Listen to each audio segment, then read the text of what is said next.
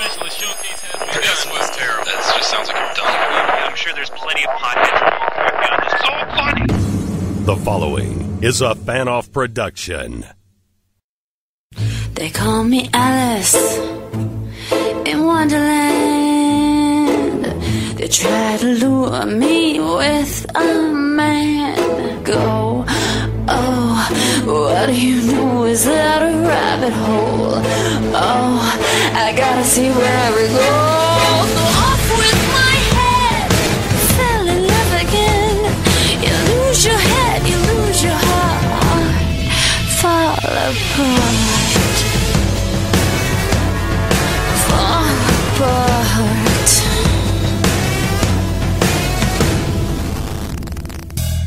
What's up, all you stars and studs? This is Mike and Maria in Wonderland, and I am former WWE diva Maria Kanellis and current First Lady of Ring of Honor, and I am joined by my co-host, Michael Bennett. Are you there, darling? I am right here. We made it on a podcast. We did it. See, the two of us, we are here, we are live, and you actually learned how to use a computer this week. Hey, I know how to use a computer. I have figured out how to Skype and connect my Wi-Fi so it's not slow as poop. This is exciting, the two of us, we get to talk about whatever we want, and that might be a bit dangerous for me, though, because I seem to get myself in trouble You get yourself in lots of trouble. You talk about things that people don't want. Well, actually, you talk about things people want to hear, but certain people don't want to listen to. Oh, and what would that be? Anything in particular? I mean, there's these twins that always. No, I was thinking. No, not them. Okay. I was thinking cooking recipes. Right? I think that's yeah, cooking recipes. How to heat things up, or right. Find a heater every now and again, or maybe. You're a heater. You're a big time heater. So why are we doing this podcast? Because we're awesome. Because we're awesome. That's all you could come up with? No, I think it's more so, in my eyes, I view this as a podcast about everything. We could talk about wrestling, which I'm pretty sure we're going to. But I want to talk about everything because there's so many wrestling podcasts out there that I want this to be a plethora of information. I want to talk sports and politics and movies and music and sex, drugs, and rock and roll. Sex, drugs, and rock and roll. Boom, I said it. What do you want to talk about? I like the adventure of things. I like to just let things go where they may go. And it's a wonderland of things. We're in a wonderland. It's Mike and Maria in Wonderland. Yeah, I mean, one thing I definitely know that people have asked me about, I've gotten tons of suggestions from people that wanted to hear from us when I sent out the question, what would you like to hear? And lots of people want to hear about the wedding. And they want to hear about how we got together and all that loveliness. But one exciting thing for sure is that we came out with our first engagement photo this week, and people seem to really enjoy that. And it was done in Ottawa, Illinois. How do you like my small town of Ottawa, Illinois? I love it. It's my No, you don't. It's the worst. I hate it there so much. There's nothing to do. The only part I do like is the small town movie theater that's falling apart. I make it a point every time I'm in town to go there because the movies are falling down. The popcorn is quite tasty and it's cheap, so that's why I love it. And yes, I said popcorn. I know it's called popcorn, but I'm from Boston and I speak funny, so deal with it. Yeah. And did you like the engagement photos? I love the engagement photos. I can't wait. You actually just sent me a bunch. I showed my mother. Actually, I did. Yes. You actually did, and I'm telling a story here. Oh. May I showed my mother, and she liked them. So I think we're off to a good start with those engagement photos. Yeah. But we need to tell people because they're going to see them, and we already released one of them. If you're thinking to yourself, man, it looks cold, how did they do that? We were freezing, and Maria was freezing her ass off, so props to you. Well, thank you. Yeah, it was so cold. And that creaky chair that we sat on during that, I thought we were going to break it. The photos don't show the creakiness of it. No, but not yet. every time I sat on it, I was picturing myself as like Chris Farley going through a table, or I'm pretty sure the next person that sits on it will break it. Well, I'm planning on bringing it to the wedding, so I'm hoping that it's like one of the relatives I don't like. I mean, I love all of my relatives. They're wonderful and great, and fabulous. It's interesting planning a wedding. It really is, because all of a sudden you have to put together this guest list of people and friends and family, and you're trying to figure out which ones go and which ones don't. And then my parents are taking care of the wedding, so I kind of have to let them pick and choose whoever they want. But I think if it were up to just you and I, it would just be us and our very, very close friends and family. Yeah, I mean, but it's not going to be. I feel like we have 1,000 people. I think we have a packed house. I think the gate was good at the door, and the promoter's happy. Even the people that don't like us are coming to see us. Well, I feel like it's really a list of. It's like a popularity contest, because you sit here and you make a list and you have to determine whether you want that person there. And then after you decide whether you want them there, you have to decide, will they ruin my wedding? And then it's kind of like a checklist. And then once you decide, well, they won't ruin my wedding, then you say, well, will they get drunk and ruin my wedding? And then you have to check that off. But then that would be half the Ring of Honor roster. Well, this is true.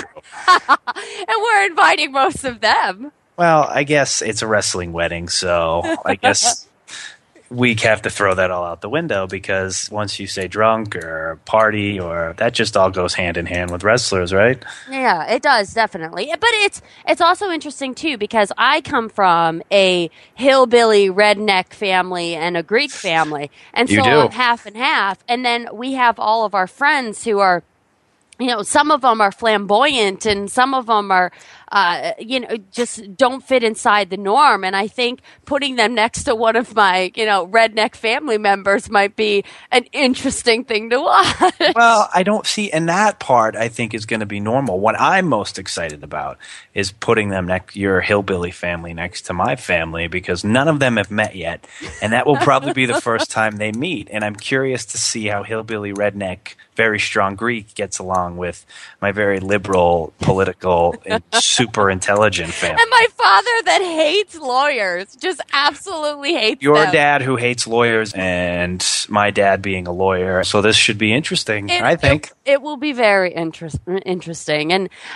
but at the same time, like, no matter any wedding you go to, I think that there's those kind of weird situations. There's the situations that you can't really plan for, and that no matter how much effort you put into it, it's not always going to make sense. Well, that's why they serve alcohol. Right? Most definitely. That's the only reason they serve alcohol. Most definitely. But I'm hoping you don't get too drunk. Oh, I won't be drunk. Maybe not right off the bat. No, not right.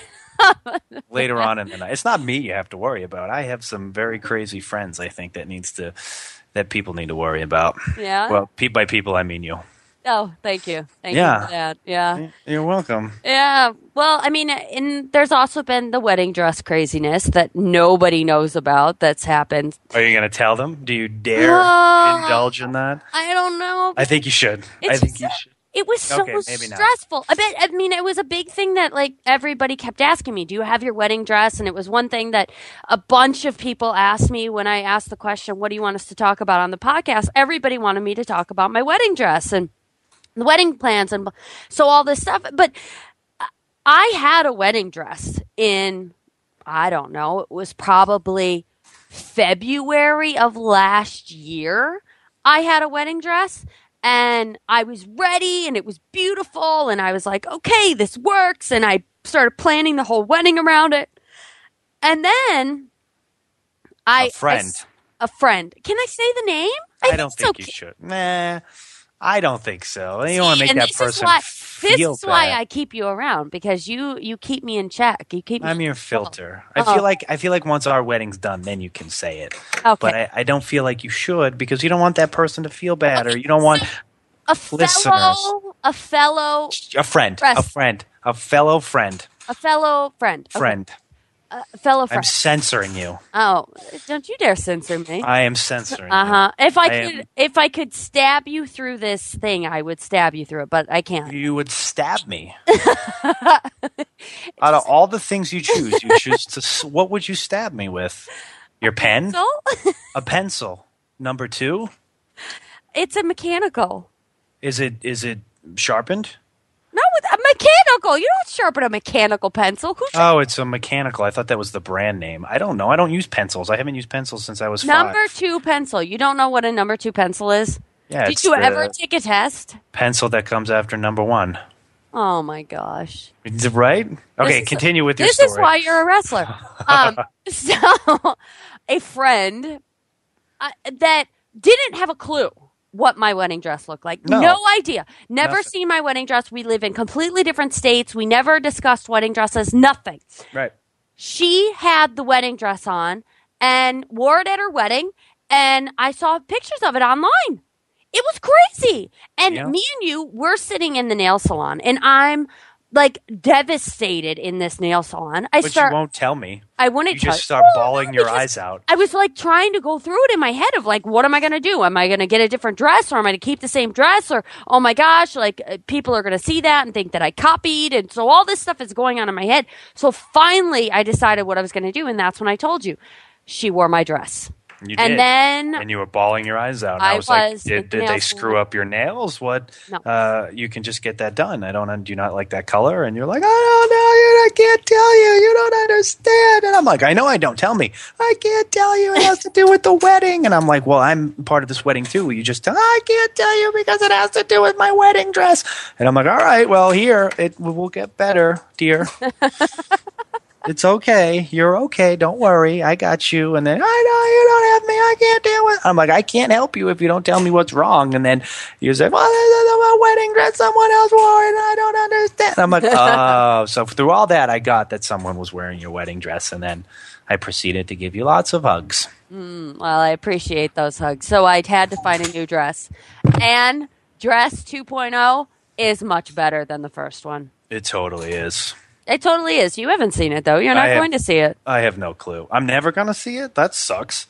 No, you're not going to see it.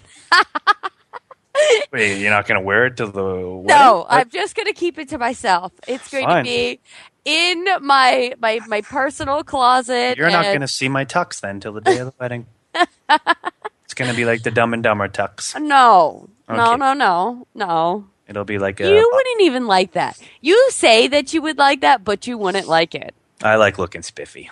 You do like looking spiffy. You always look spiffy. You looked really spiffy in the engagement shoot. You gave me style. I didn't have style until I met you. I lacked style. I wore jeans and boots and some sort of a t-shirt, and I still do that, but you gave me style. You showed me how to wear the boots and get the nice jeans and wear trendy t-shirts. And so if anyone – I've gotten a lot of compliments on my style as of late, so if anyone wants to know, it's all this fine young lady.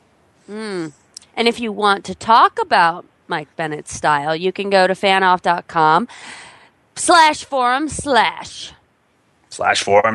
That's where you can find this podcast. And I want to say something before we go any further, that we do 100% intend on having guests. Yes. I know me and Maria have talked about this at length.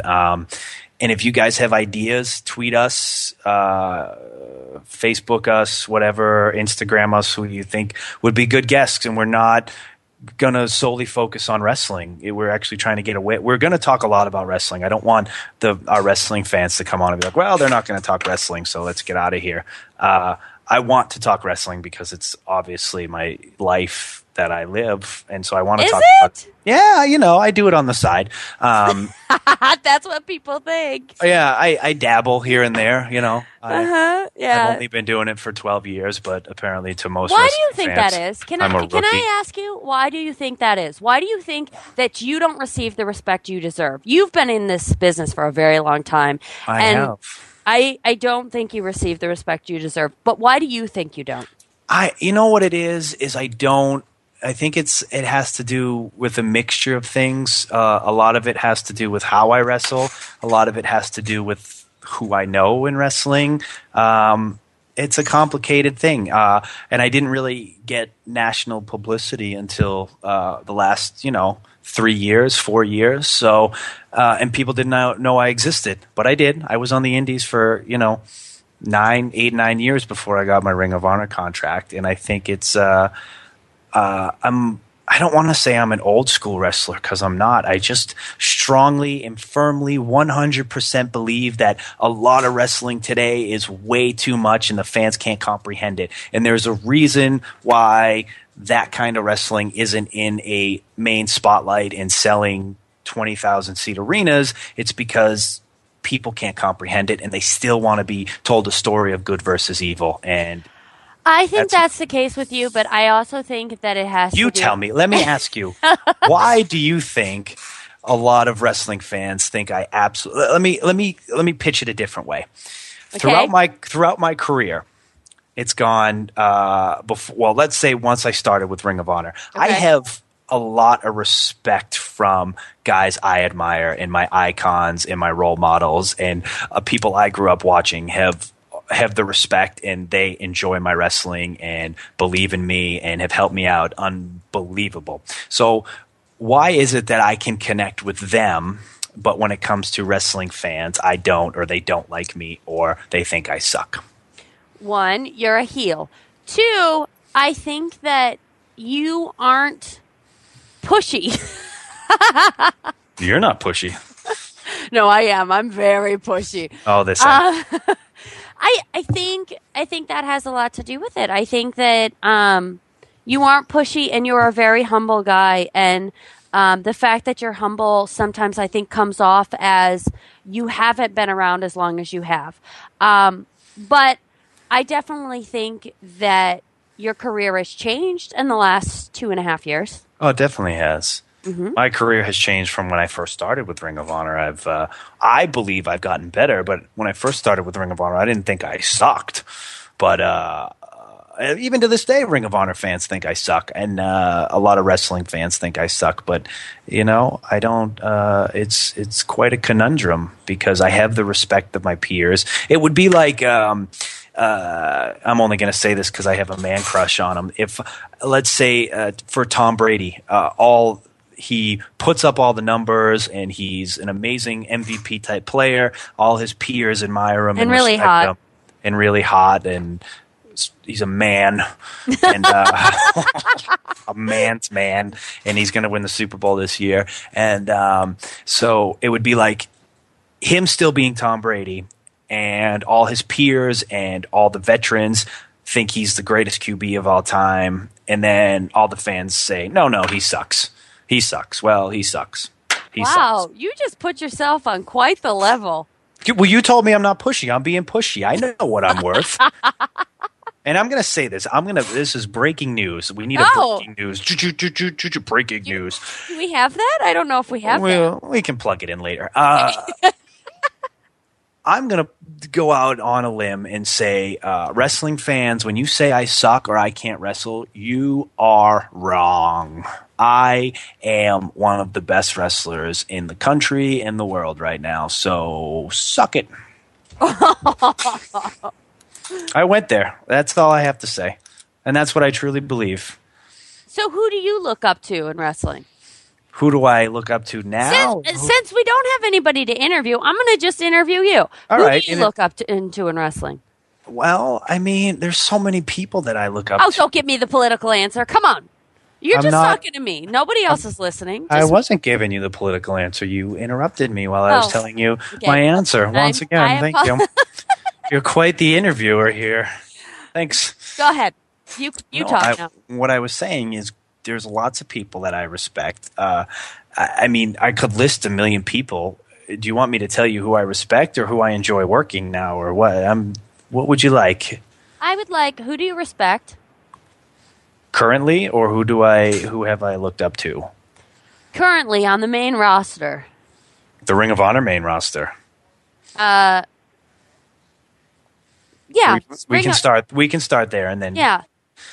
Currently on the Ring of Honor, I think, despite the fact of having a blood feud with him, I think Kevin Steen is amazing. I think he's deserves to make $1 million in wrestling, and I think his creativity. Not only is he creative, but he gets the aspect of wrestling, and I didn't always see it, I didn't see it until I started with Ring of Honor, and I think he's the top guy in Ring of Honor, and he deserves to be. Like I admire him, and being in a feud with him was one of the best things that happened to my career. I've known Kevin Kelly for a long time, and Kevin Kelly's helped me out, and I respect his opinion. So those guys, I thoroughly enjoy their opinions and admire them very much.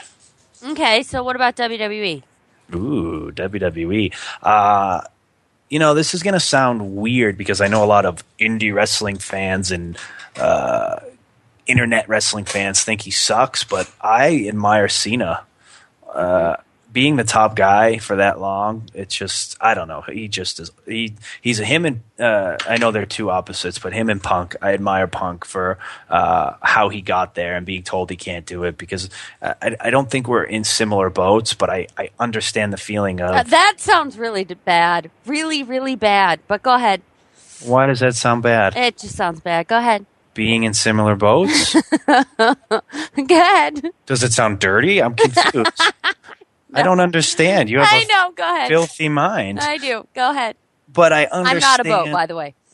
I understand where he comes. Like, he had to fight and claw, and it's been very tough for me in Ring of Honor with people thinking I suck and all. So I understand the idea of being told you're not good enough, or you can't do this, or you shouldn't be here. And I've gotten that my entire Ring of Honor career, so I get that. I've always been told, "Oh, you're just a WWE guy." Well, no, I'm not. I respect wrestling, and I've loved Ring of Honor, and I love that I'm with Ring of Honor. So yeah, so those two. Let me ask you a question. Oh yeah, go ahead. How do you like Ring of Honor compared to WWE? I've been having more fun than I ever have in my entire career. I like to be challenged. I don't like to just have the normal one line or two lines that I used to get at WWE. I have a lot more to offer than that, and I always felt like I could do more. There's also some exciting things on the horizon with Ring of Honor and with myself. So I wish I could say more about that, but I can't at this time. But I do secrets. But I do have to say that it was really empowering to be able to say what I said at the last Ring of Honor taping in Nashville, and that I am a woman in this business that believes in equality, and I am a woman that knows that I'm putting myself in harm's way every time I go out there, and I love it. I love wrestling in that aspect. I love being out there and being able to help you out in the ring, and doing whatever I can to make sure you're being spotlit, I guess. Well, let me ask you this, because we're on the topic, and because we have said we're not going to do entire shows about wrestling, but I guess since this is the debut show, we can talk a lot about wrestling, seeing it's our lives. You know what? We don't have rules. There's no rules. Fuck rules. That's what I say. There's no rules. There's no rules. There's one rule. I'm taking my shirt off as we speak. Let me ask you, because it always seems to be a hot topic in wrestling, and I'm sure a lot of our fans and wrestling people know how you feel personally. But I think it's a good time to how do you feel about the state of women's wrestling right now? I feel like there are 2, maybe 3 girls running the show, and everybody else is kind of what is the word that I use? Garnish on the plate. Garnish. And I'm not good at being garnish. I'm terrible at that. So I can only imagine how it feels to be in that position. Some people are good at being garnish. Some people are. Some people are great at it. And I think when I was younger, I was good at it. I was very good at just being an added bonus of being there. But now I want to be the main event. Now I want to be, if there's going to be a girls division or a women's division or a ladies division or a knockouts division or a divas division or whatever the hell we're calling it at this point, I want to be the top dog. And if I can't be the top dog, I have no interest in being there, no matter how much money they're paying me. So for me, it would suck to be in a position that I know I can only get to a certain point and then I was going to be pushed down. So in a lot of ways, I feel like it was a blessing in disguise what happened to me earlier this year with the Bella twins. Because if that didn't happen and I would have gotten up there, I think I would have gotten in a fight with somebody. Because I'm not good at that. Might have made for good TV. Yeah, it might have made for great TV, but Total Divas could have captured the whole thing. Yeah, they could have. They could have captured the whole thing. And then boom, WrestleMania match right there. I just booked it. Except their WrestleMania match was what? Canceled? Oops. I think I should be booking matches. Yeah, you think so? I'd book you versus the Bella twins, and I'd have you squash them both. Squishy. No, I mean, I think that, Caitlyn left out on her own terms and she left amicably, which is great. But at the same time, like, I was excited to watch her. I was excited. But I think that goes to show you the kind of despair the division is in, with the exception of AJ. Caitlyn was probably their second best. Yeah. Their second best wrestler. And Natalya, of course, is the first. Well, Natty, but she's just like a rock, She's not the rock, but she's a rock. Like, she's a staple. Yeah, so she's the best, but I'm talking about new girls, and I felt that like Caitlyn was the one of the top, and I think it goes to show that the kind of despair that she's there and she had to leave because they weren't doing anything with her. Yeah, I mean, but maybe it has to do with maybe she was moving to a new part of her life, or maybe she needed to try something different, or I don't know what exactly the story is. So I don't like making those assumptions, because you never know. And that's one thing that I think that a lot of people do in wrestling gossip, is they think they know and they don't. And that's kind of wrestling in a nutshell. Mm-hmm. It is. You think you know. What was that? MTV Diaries? You think you know? You have no idea? Yeah. I like to say that about wrestling fans. And I've actually had this argument with wrestling fans where they give me I know if I order a steak at a restaurant and it sucks, I know that it sucks and I should send it back. Yes, but you yourself don't know how to go and cook a steak, because that's why you're out to eat. If you knew how to cook a good steak, you would be back there cooking the steak yourself. And what my biggest problem is with wrestling fans is not that they have the right, they're buying a product, they can say, this sucks, I like this sucks, I like this. What bothers me is when they start talking about, how a wrestler works in the ring, and he looks sloppy, and this and that, and if I was booking and this and that, I would do this, that, and the other thing. Well, you're not booking, and you don't know what a booker goes through. You don't know the headaches they go through. And for them to call a booker lazy or a wrestler lazy, that's when I remember when Shelton and Charlie were working for Ring of Honor, and that's what they would say about Shelton and Charlie is, they're mailing it in. You know what? That's so insulting. You have no idea. I don't come to your job and tell you how to do your job, so don't tell us how to do our job. So I'm going on a rant. I'll be quiet now. That's okay. You're allowed. How about that women's division? And it's unfortunate because there's a lot of good female talent out there. There's a lot of good female wrestlers right now. And I honestly didn't have that big of a respect for female wrestling until I met you. And now I think female wrestling can be just as good as male wrestling, which I never thought in the past. But I think so now. There's a lot. I mean, there's just a ton of indie female talent out there that is a lot of times better than the male talent. I mean, it's incredible. They're at least more innovative and different. I find that there's a lot more different females on the independent wrestling scene than there are guys on the independent wrestling scene. Yeah. Like, a lot of the independent guys go by the same mold. They look the same. They do. They either have a very big beard or they don't, and they're just small and ripped. There's no wild ones, or they're fat and they wear a singlet to cover it up. Okay, well then there's that, but I don't even look at that. Everybody wears kick pads. Oh, well, because everybody kicks. Don't you know?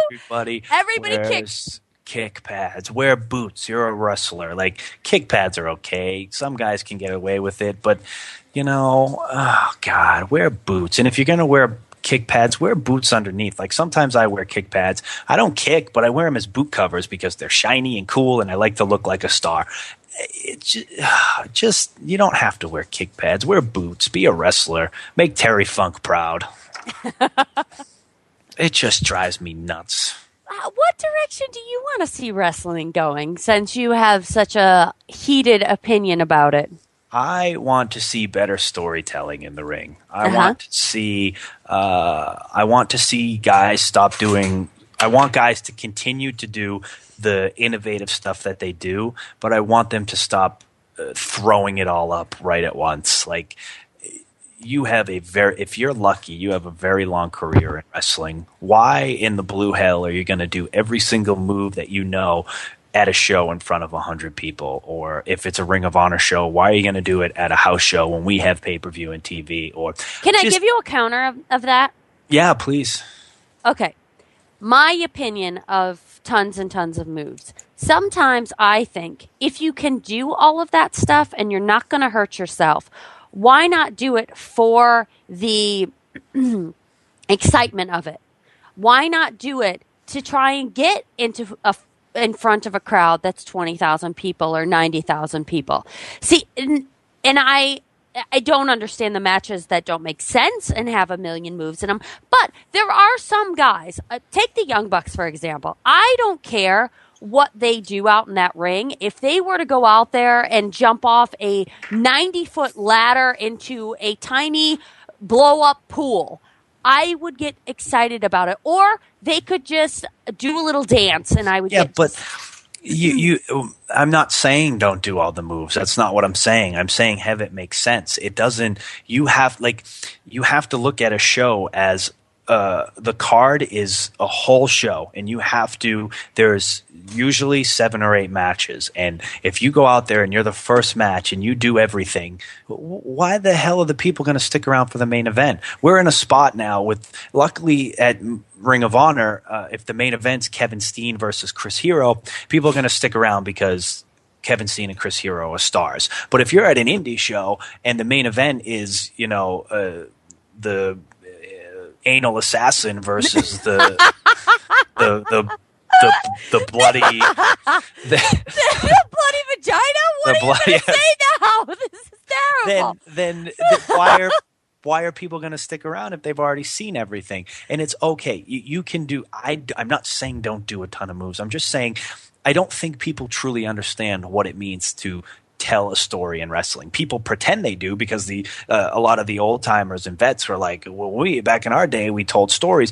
I don't think people truly grasp what it means. I think people think, well, if the crowd's going, oh, ooh, ah, yes, haha, then they're like, well, we told a story. Did you see that story we told? No. Is that last one? Haha. The story that I perceived you told was a car speeding at 1,000,000 miles an hour, and then another car speeding at 1,000,000 miles an hour. They crashed, and that was it. That was the story you told me. There was no emotion. And I'm sorry, but wrestling will always be and forever will be good versus evil. That's what makes money. That's what will continue to make money. Good versus evil. Good guy, bad guy. Good guy gets taken out by bad guy. Good guy has to fight from underneath to defeat bad guy. It will always be that, and it will never go away. And when people are like, well, it's an athletic sport. Yeah, it's athletic, but it's entertainment. And if people want to go see a fight, they can go watch UFC. What we have the ability to do is to draw people's emotions. When UFC Fighter 1 is wrestling UFC Fighter 2, unless they're really good in front of a camera, there's no emotion. People just want to see him kick and punch and this and that. What we can do in wrestling is we can draw people's emotions. We can make them angry. We can make them happy. We can make them sad. We can make them indifferent. I just look at my match that I had with Kevin Steen, and we couldn't be two polar opposites as far as wrestling, what we present in a wrestling match. And there was a reason that when at the end of that match, when he dropped me on my head on 3 different chairs, that New York City absolutely exploded. And that was because they hated me that much and they loved him that much. That's wrestling at its best. And yes, there's always going to be athletic competitions, but I want to see more good versus evil. I want to see more really good heels. I want to. My number one thing here it is. I want to see heels that don't want to be cool anymore. I want to see heels that want to be heels. That's what I asked for Christmas. I give that. That's my what's the word I'm looking for? I can't think right now. I get hit in the head too much. I dare. That's my any indie wrestler out there, any indie heel wrestler out there. I dare you to be a heel. Don't be cool. Make the fans hate you. That's my challenge. That's what I'm looking for. I challenge all indie heels to be heels. Get a natural heel reaction. Make them boo you. Be the bad guy in the movie.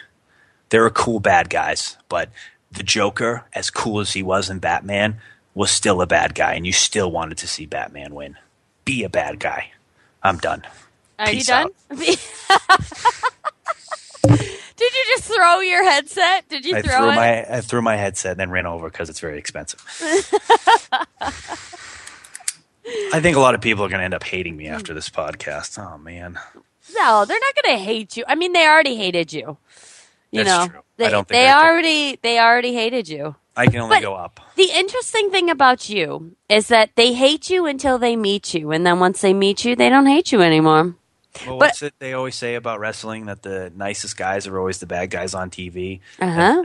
The assholes are always the nice guy on TV. And that is why I never thought I should be a good guy. Never thought I should be a good guy. That doesn't go for everyone, but a majority of the time. Love to be Sure. bad. Love. No. One of the things people wanted to talk to us about was mixed wrestling in the bedroom. What? What is that? It's not even a question. Like, what is mixed wrestling? How do we? I don't know. We mix no idea. I guess mixed tag wrestling. I'm not tagging anybody in. Sorry. Am I like sleeping and you shoot a headlock on me? Is that this was from Mick Tumucci or something like that on Facebook? Said mixed wrestling in the bedroom. Another person said talk Blackhawks. I'll just say this. They are better than the Bruins. And then another person wanted travel stories. How are the Bears doing, by the way? Oh, that's right. They pooped the bed. Oh, I can say it. It's my podcast. They absolutely shit the bed. I'm going to cry now. You dissed my Bruins. So we won. You did win, and your Bears lost, and the Patriots are going to win the Super Bowl. Blah, blah, blah. I actually do root for the Patriots, though. You do. And I rooted for the Bears, and then they lost. And then they lost miserably. I was there cheering on with your dad. I could hear him screaming from the basement. Yeah. It miserably lost. It was a miserable way to lose. And speaking of miserable, what about this weather? What is happening? I've decided I'm no longer going to Nashville because I went to Nashville, and the reason why I kind of sound a little gross and manly. Sexy, I think. Do I sound sexy? You have your sexy voice. Do I turn you on, baby? So I go down to Nashville, do this show with Ring of Honor, and I come back, and I'm deathly sick. I've decided no more Nashville for me. No way. The Nashville Ring of Honor show was awesome. Well, it was awesome, but I come back and I have a pain in my eyeball. I sound like a man. Well, I'm sure it didn't help that the polar vortex was sweeping through the country. And it was negative a billion everywhere you went. And you tried to kill my dog. I did not. No. And if you guys want to know what she's talking about, go to my Instagram so you guys have a better grasp of what she's talking about. What's your Instagram name if you're going to start that? It's at Real Mike Bennett. Okay, so go to his Instagram at Real Mike Bennett and look at the photo of my precious little puppy dog in the fireplace. No. He did that on his own because he was really cold. He's a little chihuahua, and he was really cold, and so he's not. And so you tried to kill my dog. He's not in the fire. He's only. You thought having 2 chihuahuas would be easier than having 3 chihuahuas. There's a gate that most fireplaces have. The gate was open. He's just right inside the gate. Intentionally, I know it. You went over there and you're like, I'm going to open this gate. I would not Little toast. Gemini will run in and sit and He still light on sits- fire. He still sits close to it. He still wants to get close, but we have the gate closed, so he can't put his little butt in the fire. But he was happy as clams being in there. He loves his heat, so he told me. Maybe I should start with this explanation. Mike lives in Carver, Massachusetts. I live in Ottawa, Illinois. I'm going back to school at the IVCC, which is Illinois Valley Community College. Mike is out in the East Coast because there's a lot more wrestling work out there. Somehow we find a way to make this thing work. But I cannot have my dogs here with me. I cannot have them. Because your dad's afraid of them. My dad is afraid of them. Petrified. So at your place, though, you can have the doggies. So Mike watches the dogs, and I go to school. And I'm a little frightened now after this photo. We have 3 Chihuahuas. Yes. We have Gemini, who's a black Chihuahua, and then we have Ruby, who's the only girl, and she is blonde. And then we have Zeus, who I like to refer to as the Ric Flair colored hair. That's what hair he has, and he looks like the Cowardly Lion from Wizard of Oz. And 2 of them are rescues, and one of them Maria bought before we met. And not only in this household do we have those 3 Chihuahuas, but I have my brother's dog, who's Popcorn, and he is a Jack Terrier, I believe. Jack Russell. And he is a douchebag. Awful. Adorable. So bad. He is super cute, but he's ugly. He is not ugly. He is so cute. But he's an instigator. He instigates and he tries to play with my 4-pound Chihuahuas. He steps on him, and he's cocky and he's full of himself, and and the other Chihuahuas don't really like him. But I wonder why. Because he's an asshole. And my dogs, the first 2 that I got, Ruby and Gemini, which I had way before I ever had Mike, they are trained wonderfully. They don't bark. They don't. Like, when you're eating, if you tell them to go away, they go away. Zeus, who is our 3rd Chihuahua, Mike has had him, and this dog, like, literally, when we're leaving the house, I think he's going to have a coronary. He's, like, barking, and he's talking to you in another doggy language and telling you not to leave. Spins in circles. If you try and eat, he will come into your plate and steal your food off your plate and run off with it. He eats tissue paper, and I know why he eats tissue paper. And so all these things that Mike has now taught my dogs to do. It's wonderful. My dad likes to refer to him as the general because he tells people what to do. And he barks really loud, and he's amazing. Someone wanted me to talk about tacos on tacos for what we should talk about on our podcast. What? Anna Laura Mendez wants to talk about tacos. Do you like tacos? What kind of tacos are we talking about? No, not those kind of tacos. No. I love tacos. I make a mean taco, actually. You make a meat taco out of a box. What's the ingredient, you ask? Well, I'll tell you what the ingredient is. I go to the supermarket, and I get the taco in a box, and I get some hamburger, and I cook it up. A taco in a box. That's kind of redundant, isn't it? It is redundant. A box in a box, you basically are saying. I get double the taco, and and I cut up some olives and some lettuce and some cheese, and that's how I do it, and it's amazing. And when me and Maria are together, we have something we like to call Taco Tuesday, which usually happens on Monday. Which usually happens every day of the week. Because I love tacos. So, I know. Thanks for that question. What a weird fucking question. Let's see. Give me more questions. Well, I'm looking here. I've got more. Sex porn life. Yes. Yes. Like, what? Yes, please to all of them. Is that... I think that's a good answer, right? Yeah. It wasn't even a question. It was just 3 words. Yes, yes, and yes. I'll just say yes to all of them. What do you like to do outside of the ring? Outside the ring. Well, I don't know. Is that like ringside? it's not ring time. For heaven's sake, what? Well, I'd like to know how many times you like to hit the guardrail. That's what I want to know. Lots. Lots. I don't like those guardrails. Actually, they busted my head open. So Yeah. And you boo went to those everywhere. guardrails. I did.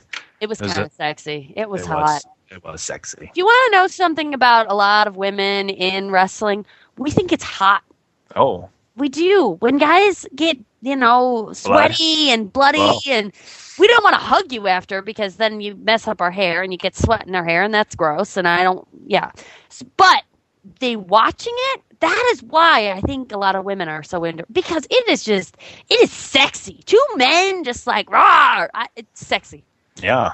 Yeah, okay. I'm turned on as we speak. No, you're not. Okay, Continue. What do you like to do outside the ring? Oh, God, I don't know.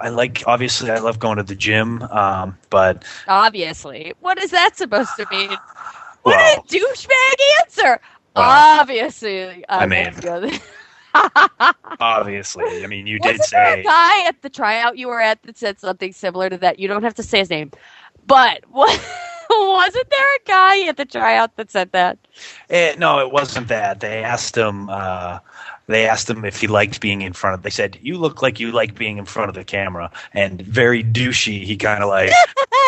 somehow, like, picture yourself standing there with your arms out to the side and then your suit shirt unbuttoned to, like, obnoxiously low. So what he did was they're like, it looks like you like to be in front of the camera. He checked himself out like once or twice, like whipped his head around, and then verbatim went like this. Well. And that was it. And if you don't believe me, ask Adam Cole. He will tell you, because I think we collectively looked at each other and went, did we just see that? So now when we see each other, we do the well. Doesn't he has a contract now, doesn't he? Probably. Who knows? Yeah.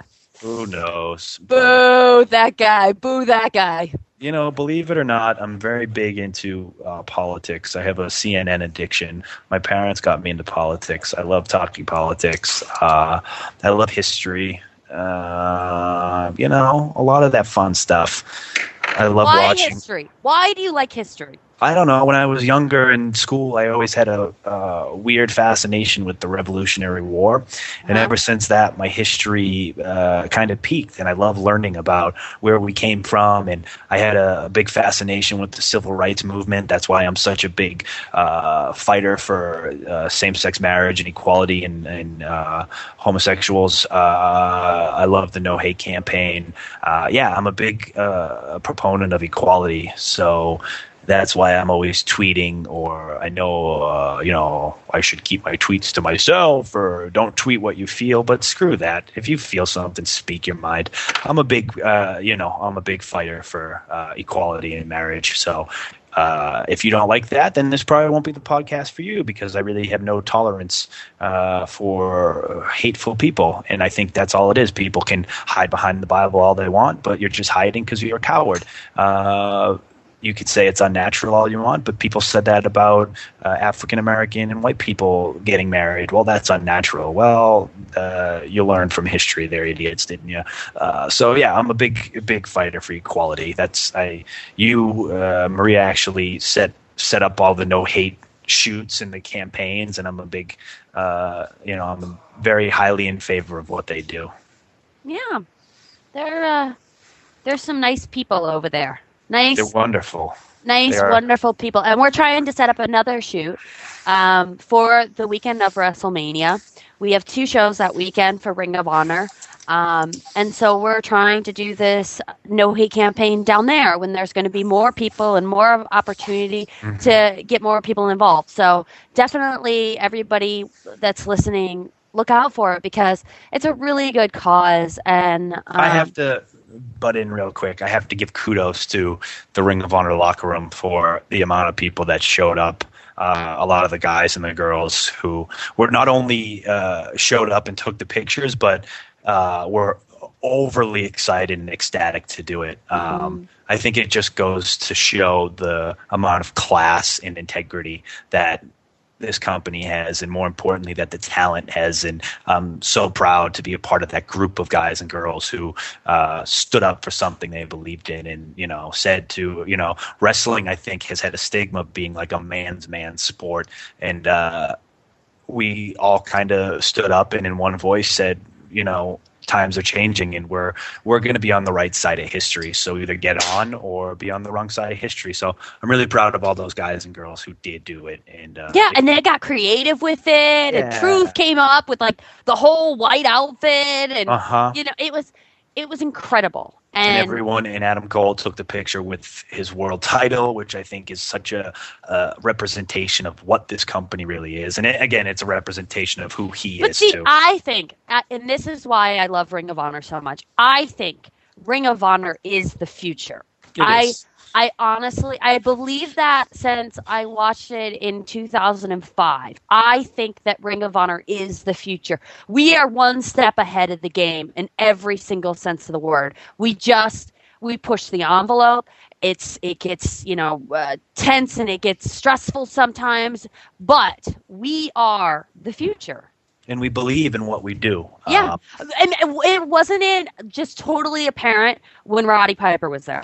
Yeah. I mean, after the show in Nashville, Roddy Piper stood up in front of the locker room and gave a speech that I still literally have goosebumps from. Not only did I admire and idolize him before I was a wrestler, but even more so after I became a wrestler. And not only did he quote Shakespeare verbatim for 2 minutes. It was incredible. Spot on and amazing, but basically he told us that we believe in what we do, and we're all so sure of ourselves in that ring, and we have honor, and pretty much the wrestling business is in good hands with us. And I believe that. I think Ring of Honor is the best wrestling on the planet. I think we have the best roster over the entire world. I think we are the best wrestling show that's going right now. And if you don't believe me, then that's fine, but we are revolutionary. And it's, again, either get on or move out of our way because we're going to run you over. It's amazing. Yeah, and I mean, there's been so many talented guys that have came from Ring of Honor that isn't it? I mean, it's apparent. There's no way of denying the fact that Ring of Honor breeds fantastic wrestlers. Ring of Honor and PWG are just they're totally revolutionizing wrestling. And when I went out to Los Angeles and seen that PWG show, it it inspired me again in wrestling. It really did. And every time I'm at a Ring of Honor show, it definitely just rekindles that fire in me that I am in wrestling, and this is what I love, and this is what I was born to be involved with, at least at some point. Who knows how long, because eventually I want a family and all of that kind of stuff. But, as right now at this point in my life, this is my life. Yeah, and I think with like you said with Ring of Honor, tons of guys have gone on to make a lot of money, but I think it's a testament to how good Ring of Honor is, where guys come and go, but they always replenish the locker room and they always replenish with talent. I always look at Ring of Honor as like Law and Order, because the detectives and the cast of Law and Order would always leave and go do other things, but they would always find a replacement that was just as good, if not better, than the person that they replaced. And that's why that show lasted for 20, 25 years, however their run was. So, and I think that's just a testament to the good talent out there. Just because you don't go to WWE does not mean you're not talented. And I think Ring of Honor shows that. So I'm going to switch gears a little bit. Switch it. Where are we going?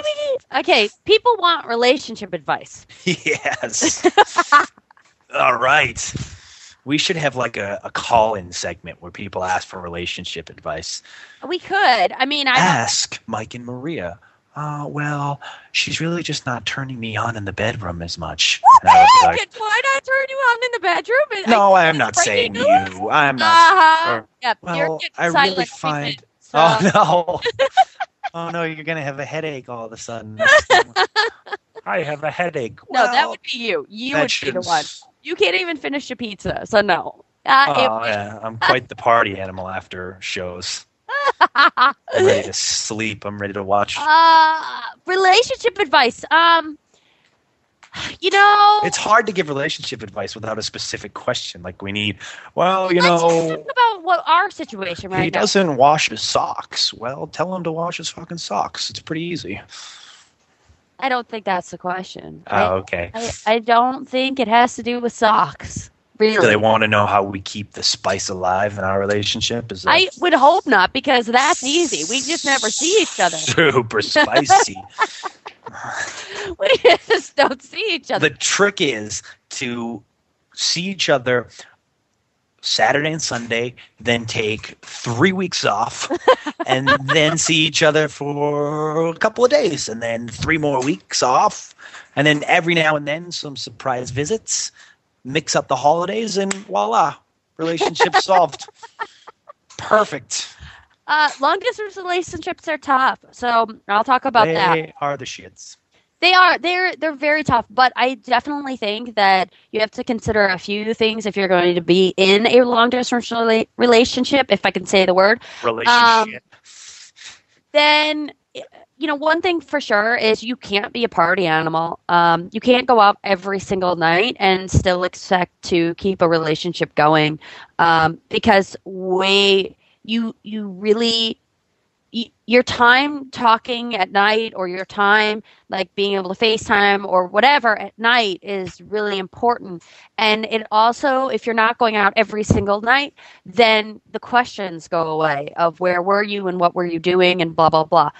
Limit your craziness, because the crazier you are and the more drunk phone calls a person receives, the more questions end up coming up in people's minds. And I mean, I think that's one thing that we. If that's a problem too, like if you can't not go out or party that much, then maybe being in a committed relationship is not for you right now, and it doesn't make you bad or it's totally fine. Any less wrong or the other person right. It just means that you're not ready to settle down, which is fine. So have the courage to realize that. Like I know for me, when I was, 21, 22, 23, even maybe up to like 25 or 26, I liked to go out and have a good time.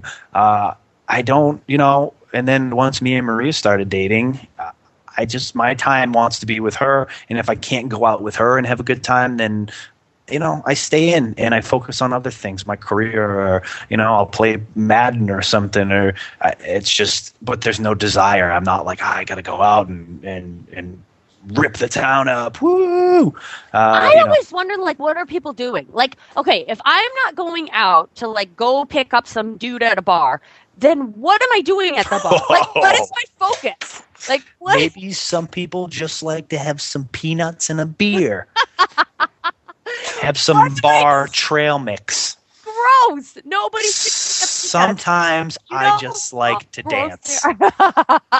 I just go to the club or the bar and I get a couple drinks in me, and then I just put my pocketbook to the side, kick my shoes off, and I cut a rug. I mean, I'm not saying to not party. I'm just saying don't do it every single freaking night. Yes. Because it complicates things. It does. More than the questions. Well, why didn't you call me at 11? Why did you call me at 12? Well, were there any pretty girls there? Were there any handsome guys there? What did you wear? I would not say handsome. I think handsome would not be a question I asked you. When I'm asking you who's out there with you, I would not say, were there any handsome guys? Well, you wouldn't. I would say, were there any hot guys? You wouldn't say that. I would say that. You would say, were there any whores? Was that girl? That girl's a whore. I would not. No. That's what you would say. No. Yeah. You'd be like, well, why were you dancing with her? Yeah. And I don't know. I'm making stuff up in my head. You are. You're totally making stuff up now. Yeah. Yeah. But I think as far as relationship advice goes, and it has to be a trust thing, and the only way that you can build up that trust is to be there when they want to talk, or be there when they need something. And yeah. I think that leads into number 2, which is the patience. Patience. You need to have patience to be in a good relationship, I think, because I don't care how faithful and loyal and trustworthy you are. there will always be moments in your relationship where your insecurities take over and you absolutely 100% lose yo shit.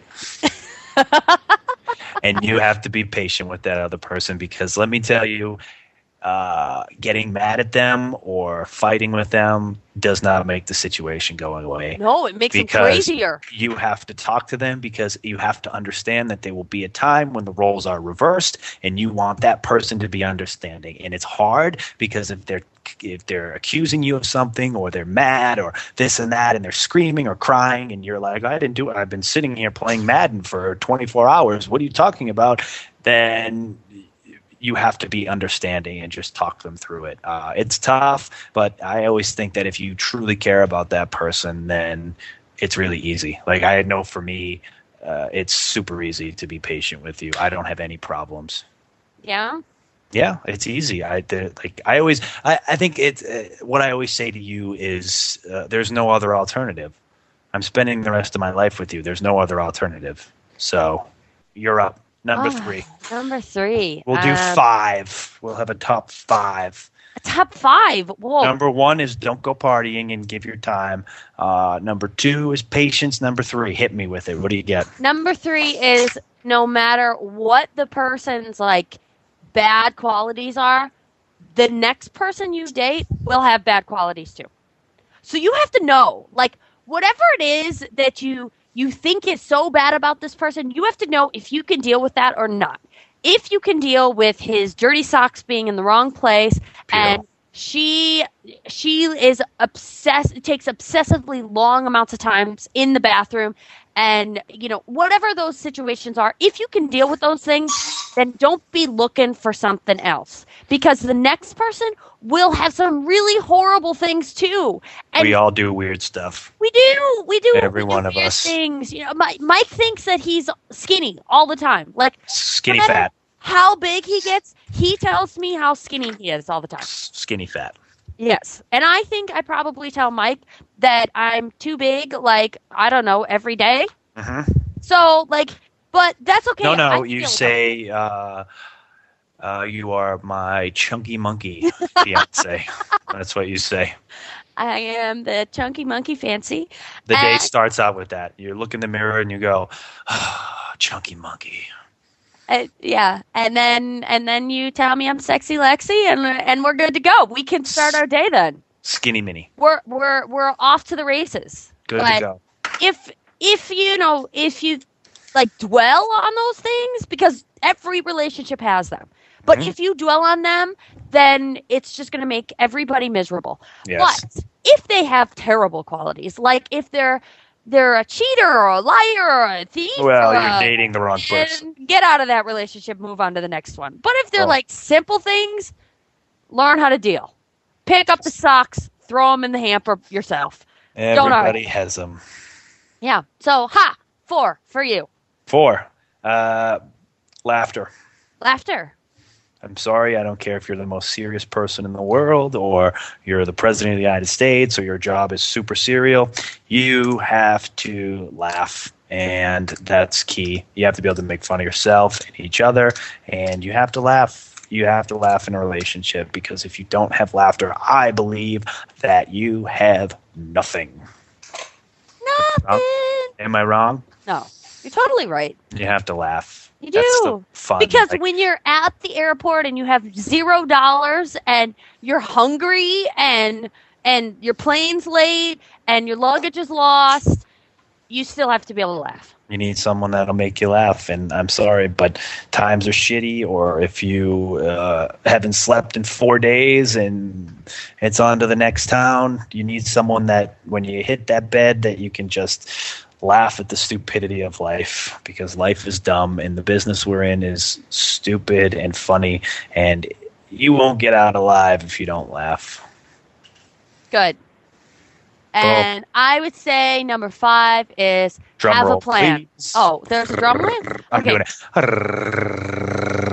5. Have a plan. Please, Anne. Yeah, because you always have to, like, I think with us, if I don't know when the next time I'm going to see you, I go crazy. Like, do. I lose my mind. I don't know when anything's gonna like go down. I need to know, when I'm gonna get. I need to know so I can, move forward with my life. So I would say have a plan, whether that be a short-term plan, like today we're going to have a good day. If you're in a struggling relationship, if it's just today we are going to have a good day and laugh, or if it's a long-distance relationship where, you're happy and you're good, you still need a plan to say, okay, well, in a few weeks we're going to see each other and we're going to do A, B, and C. So there you go. Boom. Have a plan. Well said. Thanks, dude. That's our relationship advice. And please tweet us or Facebook us if you have more questions. Honestly, this is kind of like it's not kind of. It is the debut show, so we're still going through growing pains. But I think we want to do question and answer segments, and any questions you guys have for us, we'd gladly answer. So and once we have people on to interviews with. And that's another thing. If you guys have any ideas for guests that you want, I don't know. We can't get everyone you probably want, but between the people I know and then the people Maria know, maybe we can get some fun and cool guests that aren't just wrestling. Maybe we could get some cool political guests and maybe some cool celebrity guests and some sports guests. Hopefully we can make this a podcast about everything. It's Wonderland. It's wonderful. It's going to be a very broad topic, a wondrous topic. And you can tweet me at Real Mike Bennett. You can tweet Maria at Maria L. Kanellis. Wondrous. And just tweet us questions and tag it. Hashtag, what should we make it? Hashtag Mike and Maria in Wonderland. That would probably be good. Boom. Boom. I'm on a roll. And then where can people find you on Facebook? At Facebook, I don't have a tag. Just type in Mike Bennett, you'll find me. Follow That's us. Lame. That is really lame. You need an official Facebook. Okay, get on that. You're lame.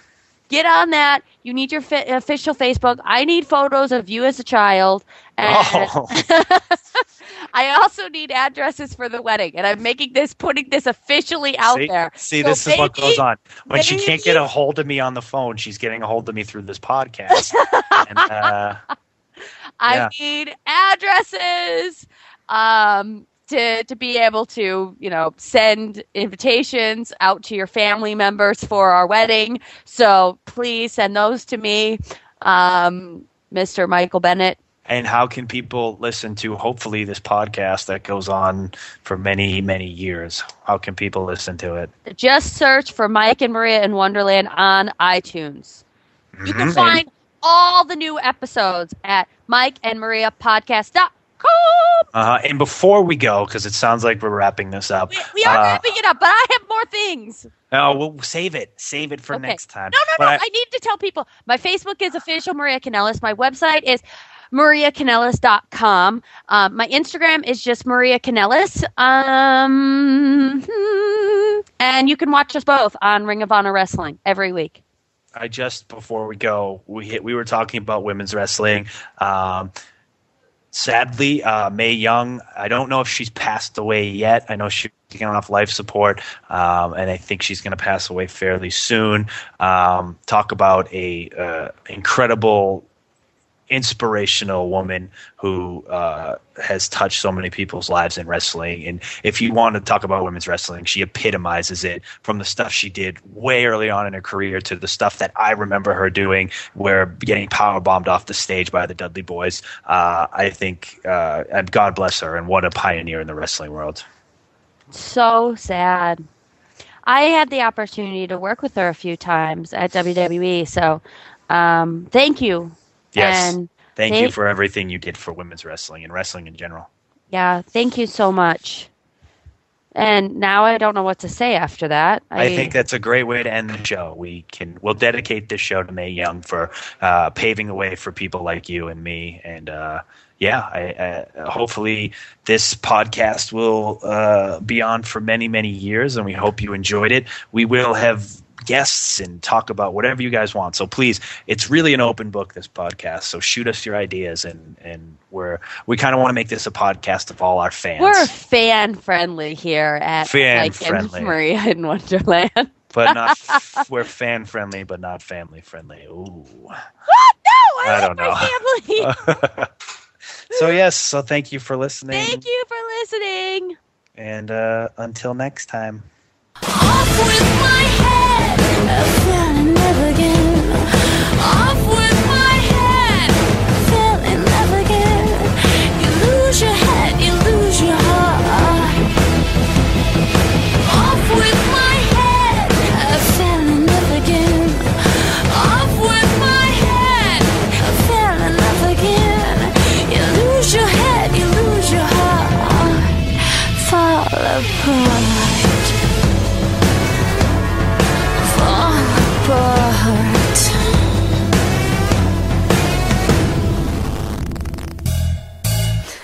This has been a production of fanoff.com. And that's perfect.